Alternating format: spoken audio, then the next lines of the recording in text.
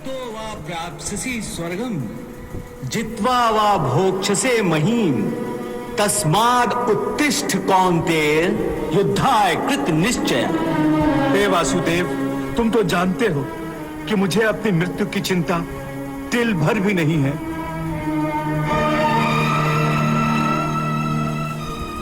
हे अर्जुन, मैं जानता हूं तुम इस धर्म युद्ध में अपने प्राणों की आहुति देने से जरा भी नहीं घबराते। तुम्हारे हृदय की यह दुर्बलता केवल अपने संबंधियों के आदर में है, जो इस धर्म के क्षेत्र में अर्थहीन हैं।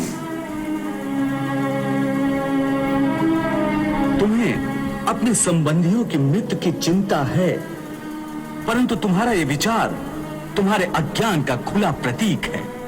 तुम ठीक कह रहे हो केशव। इस समय मेरी बुद्धि अज्ञान के अंधकार में डूबी जा रही है। धर्म क्या है, अधर्म क्या है, मुझे इसका ज्ञान नहीं रहा। मैं कर्म के एक ऐसे दोराहे पर खड़ा हूं जहां से यही पता नहीं चल रहा कि धर्म का मार्ग कौन सा है और अधर्म का मार्ग कौन सा। मुझे अज्ञान के इस अंधकार से निकलने का रास्ता दिखाओ केशव, रास्ता दिखाओ। हे पार्थ, मैं तुम्हें इसी अज्ञान के अंधकार से निकालना चाहता हूँ। श्रीमद् भागवत इस अंधेरे में अंधों की भांति हाथ पैर मारने के बदले अपनी दूर दृष्टि को एक दिशा दो और देखो इस सृष्टि की ओर।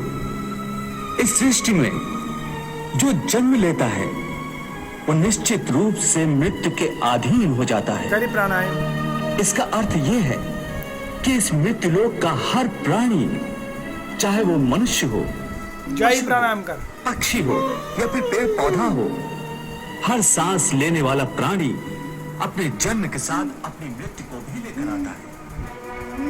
हर प्राणी को एक ना एक दिन निश्चित क्षण पर मरना अर्थात अपना शरीर त्यागना ही पड़ता है। जन्माष्टमी जन्माष्टमी जन्माष्टमी हैप्पी जन्माष्टमी जन्माष्टमी मुबारक। अगस्त। नमस्ते नमस्ते, जन्माष्टमी मुबारक हो। आरती। हे केशव, मैं क्या करूं? मेरा मन और मस्तिष्क उस धर्म कांटे की भांति डोल